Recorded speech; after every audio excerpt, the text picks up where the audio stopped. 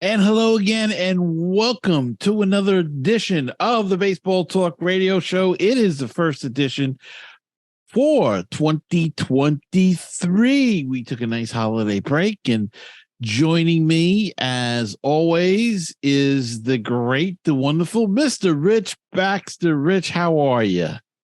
Hey, doing great, Gary. Happy New Year. Happy 2023 to all of our listeners out there and yourself. Wow, it got here fast, didn't it? Oh boy, it did. We're in 2022, blinked an eye, and all of a sudden we had a new year, and winter is upon us again. As we here in the Northeast are getting some cold, gusty weather coming.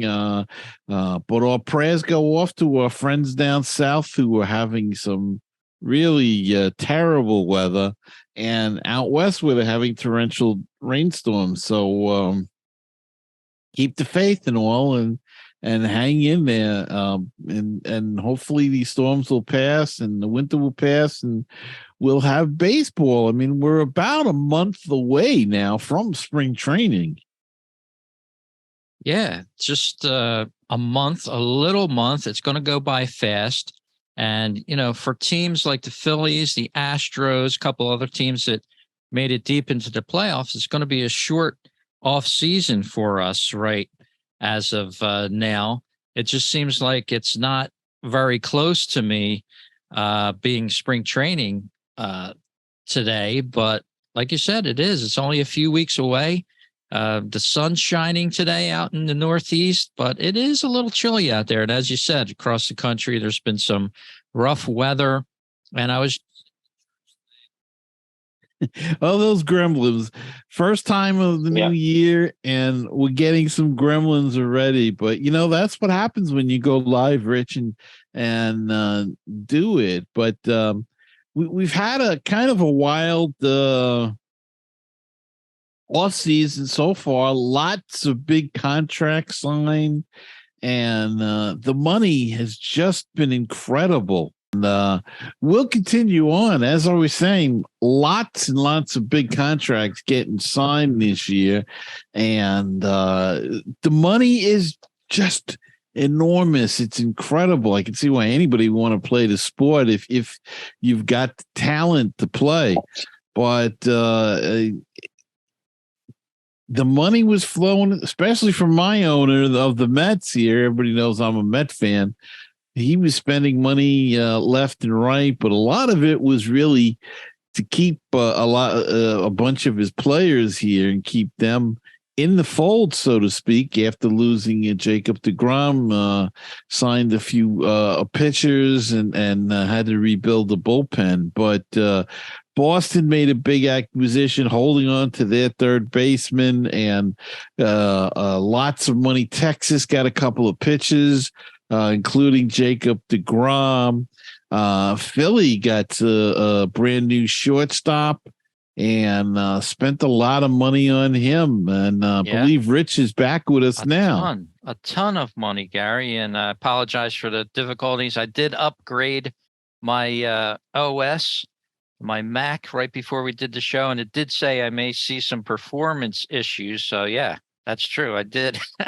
But yeah, the Phillies spent a ton of money in the offseason. They've added practically a new relief team as well for the bullpen. I don't know if you've heard about that much, but the bigger story was the Mets with Carlos Correa. Can you tune us in on that? Because you're outside of New York City on the island, and you have the latest on that. I'm interested to hear it. Well, we had the Carlos Correa saga, if you will, here. Of course, as everybody knows, he agreed to a contract with the San Francisco Giants pending a physical. And when they went to the physical, there was something the doctors didn't like about an ankle injury he suffered a number of years ago. I think it was 2014. I believe. I could be wrong with the year, but he had suffered this bad ankle injury, and I guess the thought process was it was a 13-year contract, and they were concerned, the doctors, it was an ankle specialist, that was concerned about the results as he gets older. 8 years into a 13-year contract or 10 years into it, that maybe this ankle would break down. So the Giants sort of backed out, and the Mets swept in, and they agreed to a 12-year contract for $315 million pending a physical.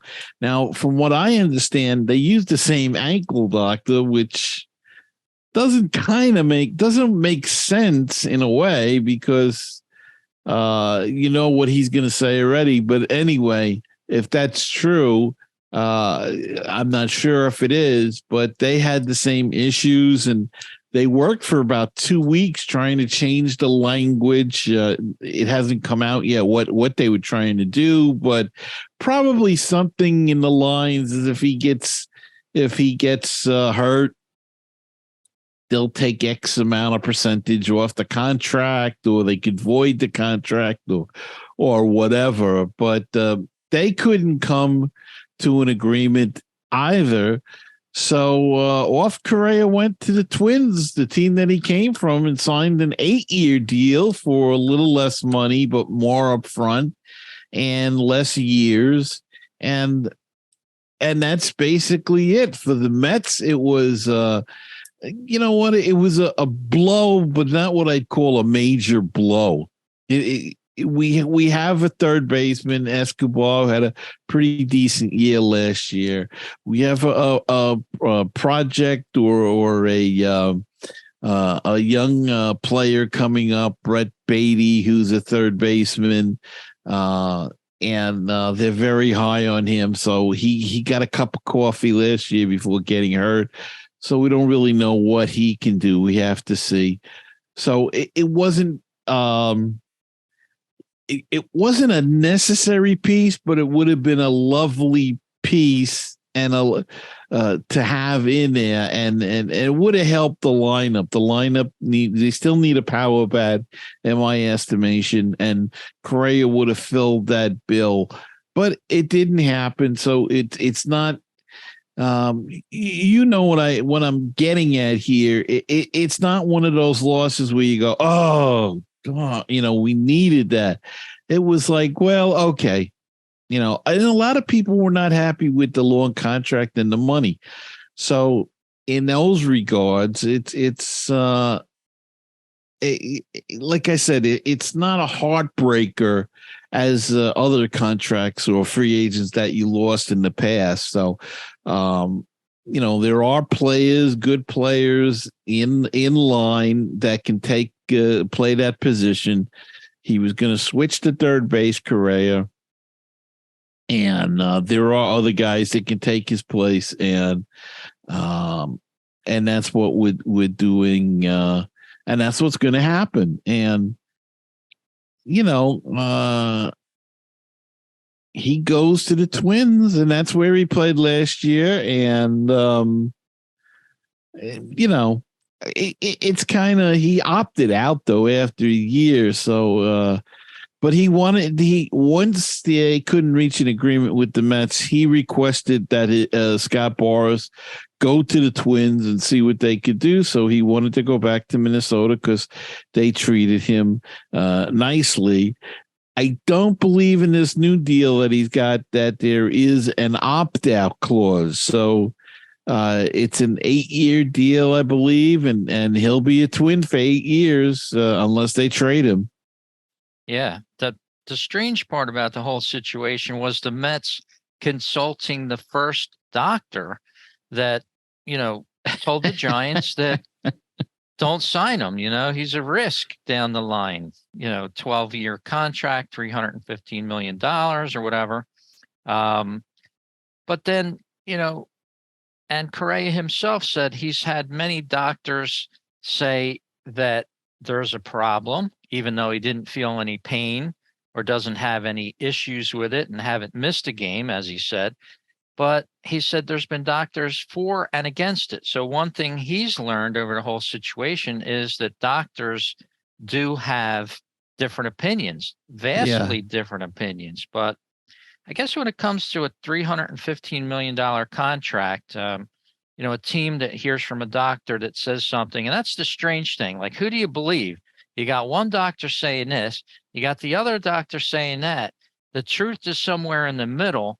Who do you believe, so to speak? But Correa caught in that, no man's land of doctors' reviews, so to speak, and ended up with a $200 million deal, 6-year deal with the Twins. Might be better for him. He's 28. 6 years, he's 34. Oh, 6 years. He might have another contract in him. You never know if he can stay healthy. 34 is not the end of the world as a Major League Baseball player. And, he did speak against the Mets, though. I think I saw some quotes saying something about one team shouldn't have that much money to spend. And I'm not sure. I didn't really research those quotes 100%, but it apparently came from the New York Post. So I don't know why he would say that about a team that was just going to give him $315 million. But and then, so why is he looking for that kind of money then? Yeah, He's the come on, of the money. So don't knock the money, dude. Exactly. I mean, I don't know why you would say that, but again, I didn't really do my due diligence to research that 100% before the program. But the Carlos Correa saga, so to speak, as you called it, has been the most interesting of the off season for this year. And as you said, opening day, March 30th, the 93rd All-Star game will be held July 11th in Seattle at T-Mobile Park this year. And did you know that the MLB will go on sort of a world tour, sort of like the NFL has and the MLB has in the past? The Giants and the Padres are scheduled to play a 2-game series in Mexico City on April 29th and 30th. And the Cardinals and the Cubs are also scheduled for a 2-game series in London, England on June 24th and 25th.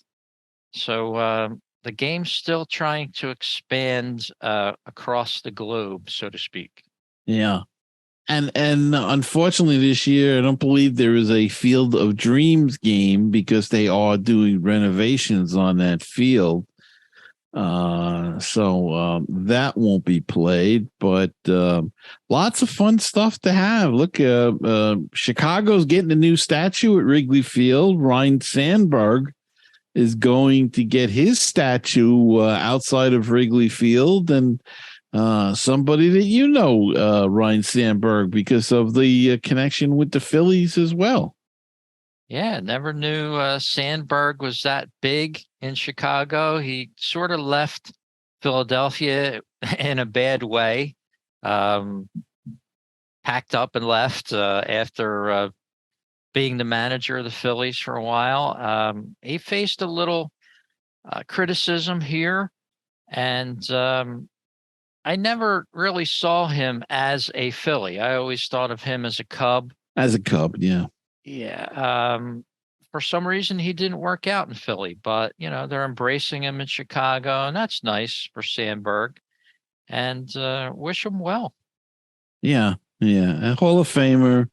So he got he's going to get his statue outside of Wrigley Field. And how about this Trevor Bauer situation, Rich? The Dodgers designated him for assignment. He passed cleared waivers now, and he finished serving a 194 game suspension for violating the MLB-MLBPA joint domestic violence. He had sexual assault and child abuse. That's the policy that he violated. He had, of course, sexual assault and other charges against him. The DA, I think, dropped the charges. I don't think they went after him criminally, but he is a free man now, and the Dodgers couldn't trade him, so they owe him $22.5 million for the upcoming season. and he's a free agent now, I guess.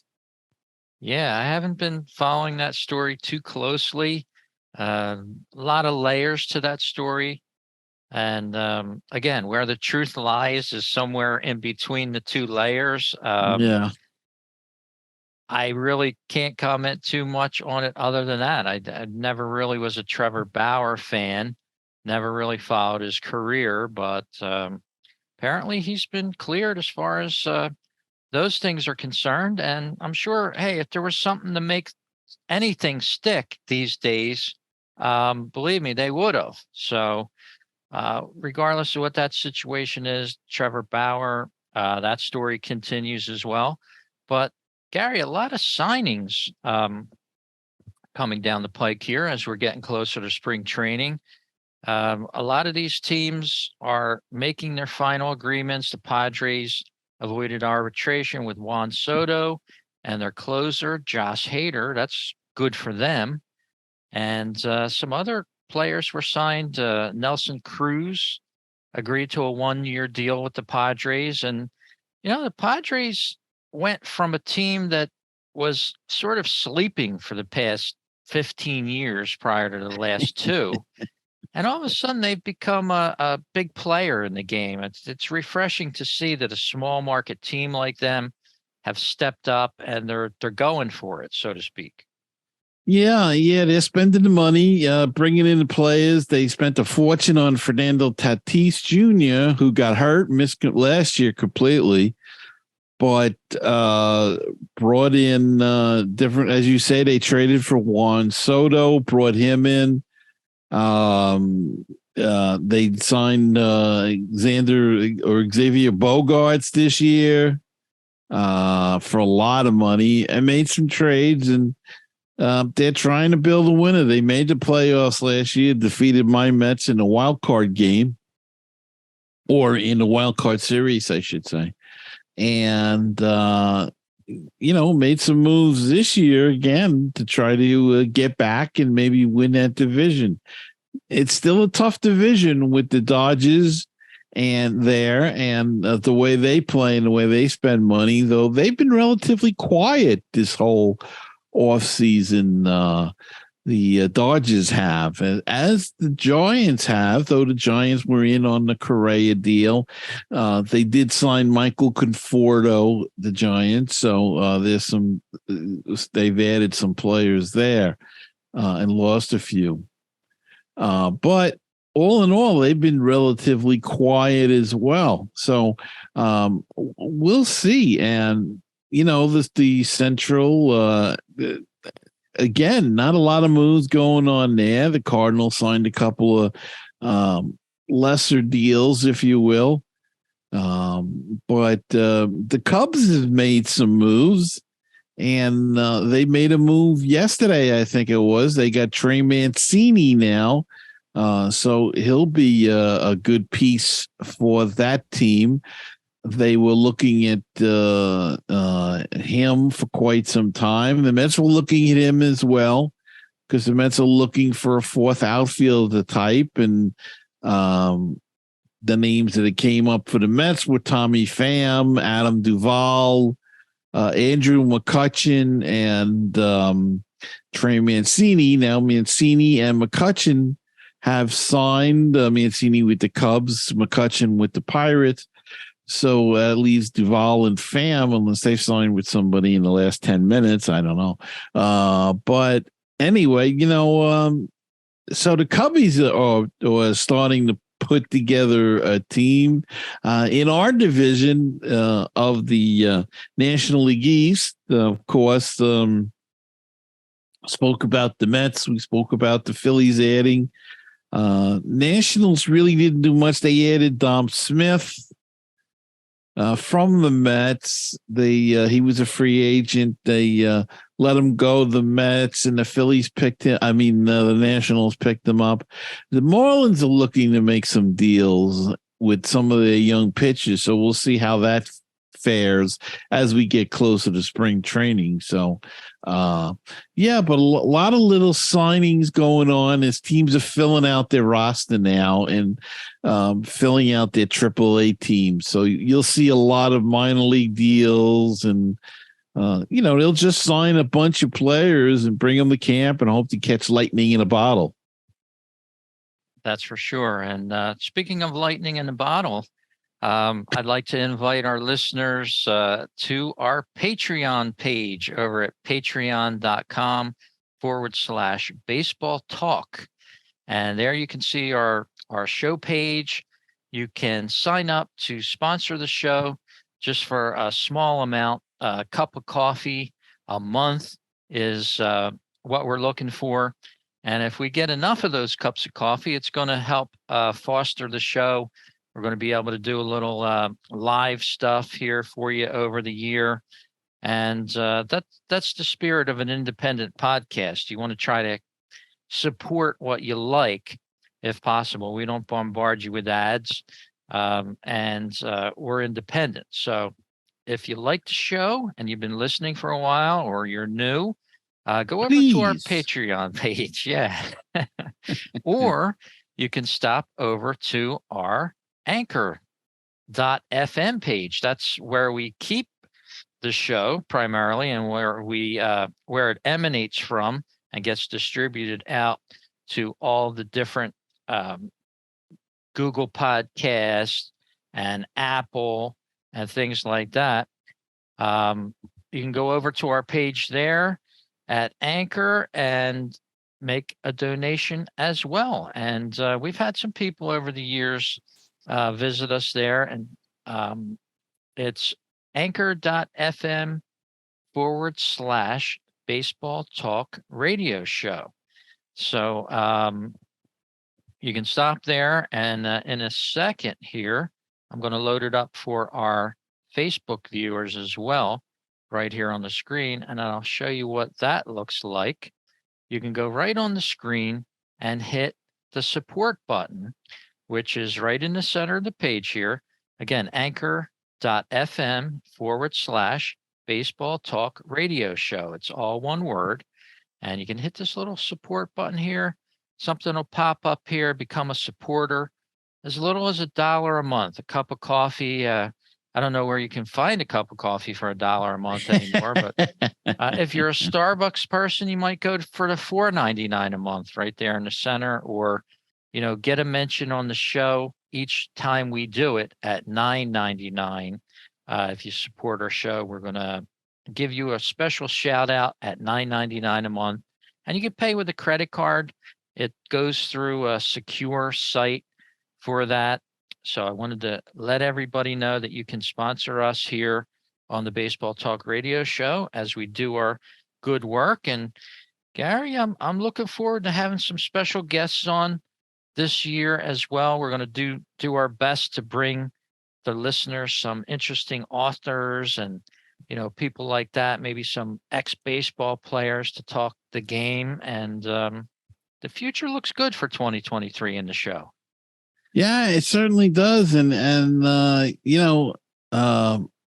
baseball is going to be changing some rules this year. So we'll see how we'll comment on that as the season rolls on. We're going to have larger bases and a time clock, and we'll see how all of that works out.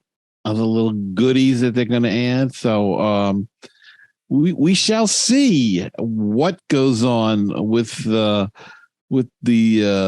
Major League Baseball as the season rolls on. It's starting to get a little antsy now for spring training. We at least we have the football now. We can watch that. But after that, I unfortunately went wireless or cableless or whatever you call it, and I don't get any hockey anymore. So I am struggling here. I get the football game, so I've been watching. I have to get you on ESPN Plus because that's where all the hockey is. If you don't sign up. I know, but it's still blacked out for my team. So a lot of the games. Yeah, if you're local. So the local teams, they black out. And I don't, as I said, the service that we got doesn't include the MSG is what I need for the local team. So Right. I'm no basketball unless I want to watch the game of the week or whatever. But Yeah. if I want to watch, that's a work in progress. You have to sort of like source your way through different things when you cut the cable cord, so to speak. yeah. And there's ways you can find it. It just takes you a little time. It does, and there is some suppliers, but unfortunately, the one we decided upon is very good and has some of the stuff that I want, some of the stuff that the wife wants, and for instance, I don't get MLB Network anymore either, which has been a little rough, especially during the winter meetings. But you have to compromise, and and all the prices are going up. It's not even as cheap anymore. That's everything. Just my gosh, it's morning terrible. I was going to the grocery store, and my go-to place, Walmart. I was like, turn the aisle on out. In the aisle front was a thing with cereal on it, Kellogg's cereal, brand new with zero sugar, because I'm on a zero sugar kick and have been for a while now. But they wanted $8 for a box of cereal. Yeah, I'm like, are you serious? I lifted up the box and it was like air. There's like it's nothing air. in it. There's puffs. Yeah. I'm going to pay $8 for a little thing of puffs that'll give me 3 bowls of cereal. No, I don't think so. So you got to be smart at the marketplace nowadays. You got to stretch that dollar, and also when it comes to your cable or your Roku, or if that's what you use, your streaming products. Maybe we'll have some tips for the people next week. Well, I need tips. yeah. We're going to have to have somebody on, a specialist on that. Well, we do have a lot of problems. We have a lot of problems with the Wi-Fi. We changed company. I'm not going to mention names, but we did change companies, and it is not good. It is. We lose connection to the TV. We lose constantly. You got to get that fixed, because I've had it for 5 years now. I have never dropped a signal. It's rock solid. So we have had a technical issue. I had a guy here. We're on our 3rd router. We try, they keep changing the router on us, and it still does the same thing. It's something else. I don't know. Well, I think it's the service. Maybe. I think there's too many people on it in this area, and that's the problem. So the problem is, though, if you go back to the other one, you're paying more money. And that's true. Back to square one. But I'm an old retired guy, so it's we're looking to save, but I'll see what we're gonna do. We're gonna wait until a couple of months and try to live through it, and then see what deals are out there. Once a lot of these companies now are tying everything in with the mobile phones as well. Yeah. That's true. But we're tied up until February, I think it is, or March with the mobile phones. So once they come of due, then we'll see. Maybe we can switch and get a cheaper deal for the cable and everything. And, sounds great. Sounds we'll awesome. see, but that's my, that's why $9.99 a month would be very nice. Thank you. Right. And you got that new microphone that you're podcasting from. And yes, well, that was thank you. That was a Christmas present for me. So very happy with that working out. Very great so far. So that was an awesome gift. You're an old Heil guy, just like I am here, but I'm sure you'll flop back to that mic, and it sounds awesome. But one of the things I'm looking forward to in 2023 for baseball, as you said, there's a lot of rule changes, so we're going to have to get used to that again. And I'm not so sure I'm going to be used to it or even like it. The pitch clock doesn't excite me at all. I don't think baseball needs to be rushed at all. I may be in the minority. I don't know. I've never heard too many baseball fans complain, oh, the game was 3 hours. Big deal. It's not a game controlled by time. But another thing I'm looking forward to is the new managers that have taken over. The Phillies will have Rob Thompson for a full season. He took over the Phillies in June of 2022, and the Phillies flip-flopped around from a team that was on the way down and going to the basement on the way down, and they went all the way up to the penthouse and made the World Series last year. So I'm interested to see that this year. The Angels unceremoniously got rid of Joe Madden, and I questioned that move when it happened. Also back in June, just 4 days after Joe Girardi got fired from the Philadelphia Phillies, and but they had very similar records, Gary. In fact, the Angels were percentage points lower than the Phillies start. But Phil Nevin going to take over there in Anaheim for the Los Angeles Angels. John Schneider in Toronto for his first full season here, July 13th.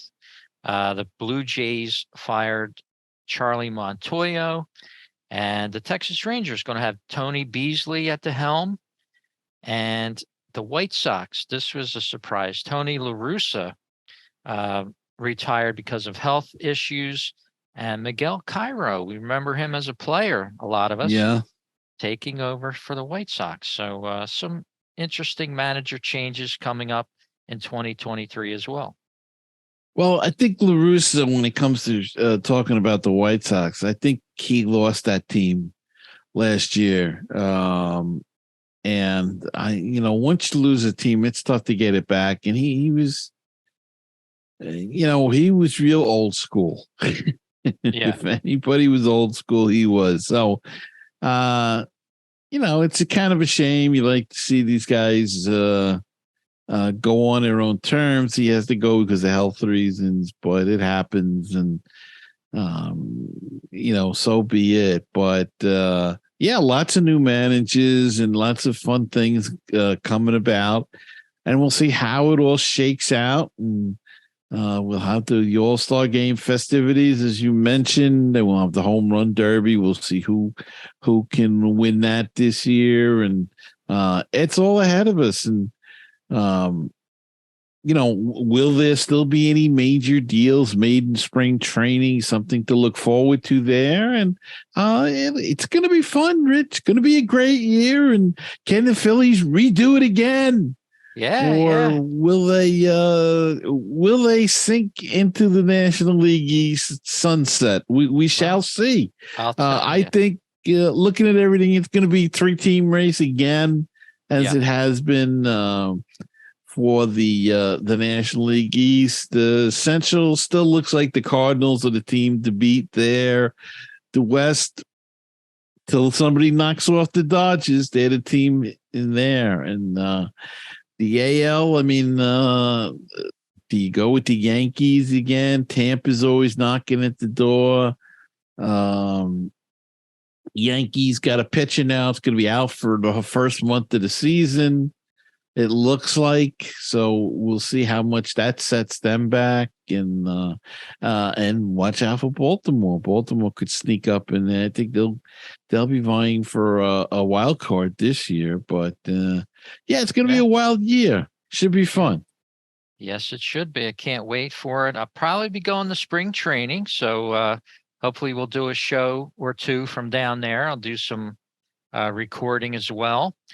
That's the plan anyway. But as you said, the Baltimore Orioles had a great finish to 2022.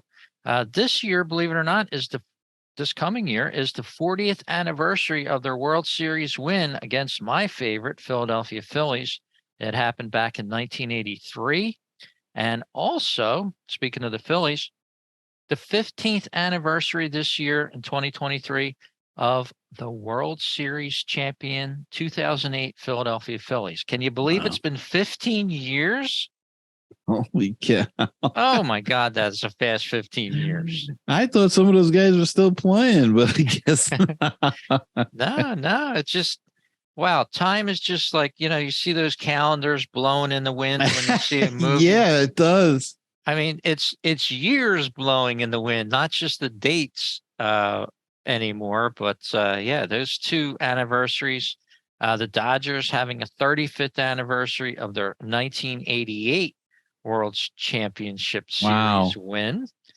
And some other ones, the Yankees 25th anniversary of their 98 World Series champion, and a 45th anniversary, if you can remember back this long, if you're a certain age, the 1978 World Series championship New York Yankees. And Gary, I know you probably remember this because I do. The 50th anniversary of the Oakland A's 1973 World Series championship. I'll never forget Only that. I don't remember that fondly though. Yeah, Vita Blue, Jim Catfish Hunter on that team. I was really starting to become a baseball fan at that time, collecting the baseball cards as a kid. And Joe Rudy was the catcher. I remember he had an oddball, Yeah.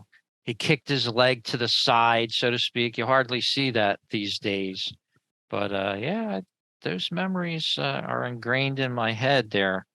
50 And of years course, ago. the argument with that series is that Yogi Berra was the manager of the Mets, and he should have started George Stone in Game 6 instead of Tom Seaver.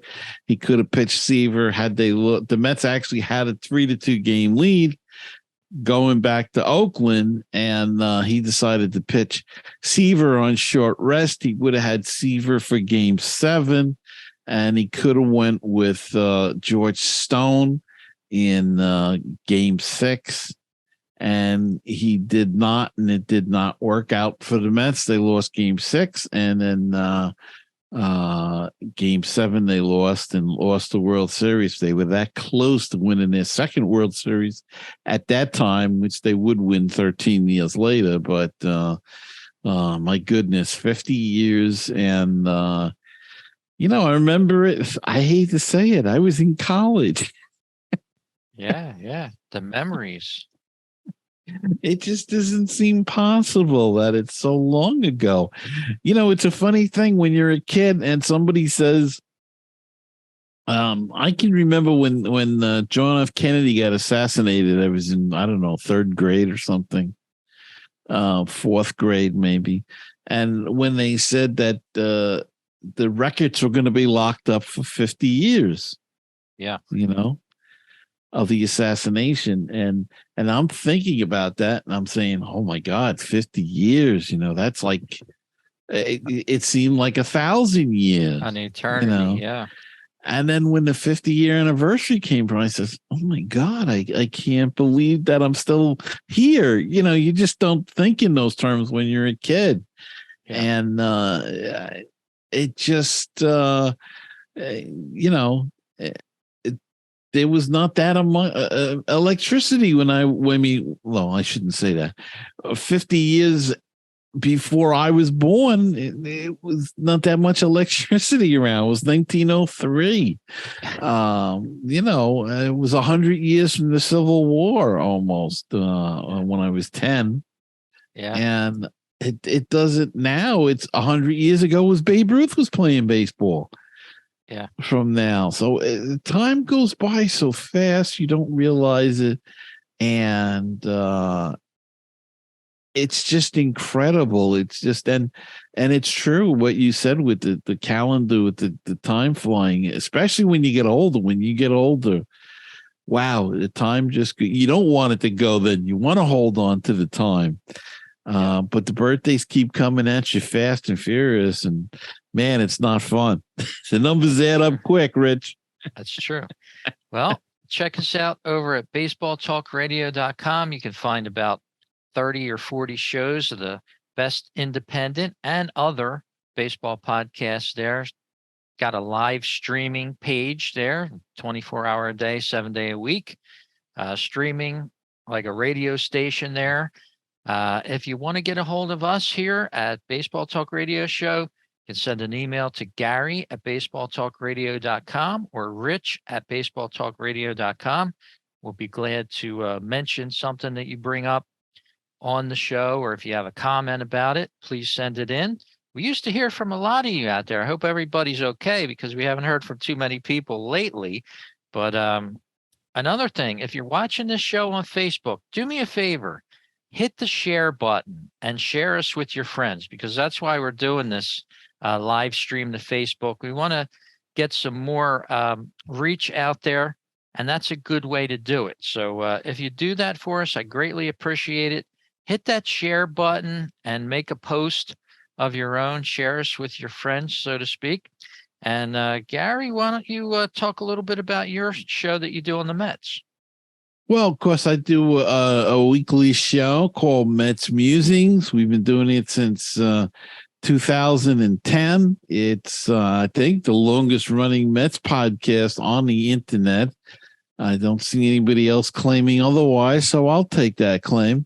And we have guests and things like that, and had a great time the last one, our first show for 2023. We had a nice round table of people that came on. We do that periodically throughout the season. I'm going to try to do it once a month, I think, during the or during the season, I should say. And it's fun. And I've been rerunning some old episodes, some old interviews during the off season when time's been slow. So, and we're going to do some more things in the upcoming season.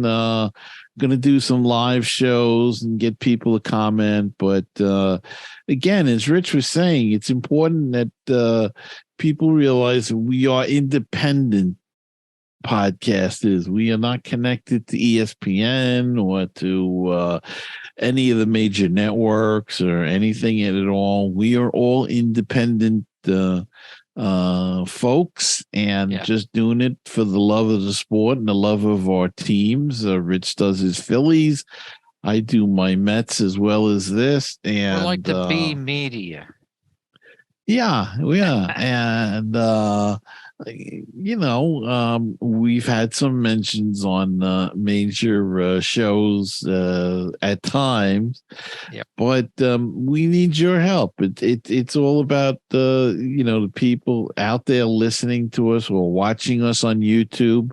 By the way, please check out the YouTube station as well and hit the subscribe and the like button, and it just helps us know what we're going in the right direction, and the people like the show, and we'll try to bring on more stuff and do more stuff, as Rich was saying, guests and stuff. But it's we're out here by ourselves, so whatever you can do to help us would be greatly appreciated. And check out Mets Musings on Apple Podcasts, Google Play, youtube.com /at Mets Musings. And I have a website. If you don't want to look all over the place, look at metsmusings.com. The audio and the video version every week is there, so go check it out. Absolutely, that sounds great. And make Google your friend. Just type in Mets Musings and Gary, and you're going to get his show, guaranteed. You can find my show that I do on the Phillies over at my website. It's fightingphillies.com. Been doing that for a long time. Don't even want to say how long, because as we were talking about, time goes by too quick. But also the Phillies Talk podcast with Rich Baxter and Matt Veazey, who's been doing the show with me probably for 5 years now. We just had a guest on from the Philadelphia Inquirer. We talked to him about the recent signings of the Phillies and how he thinks the team is going. So check that out. Search Phillies Talk podcast with Rich Baxter. So thanks everyone for listening to our first show of the year for 2023. Gary, as usual, I can't wait to the next show, and I can't wait for spring training to start up. Yeah, and that'll give us a lot more to talk about, Rich. Can't wait. Yep. So we'll see you all next week on another edition of the Baseball Talk Radio Show.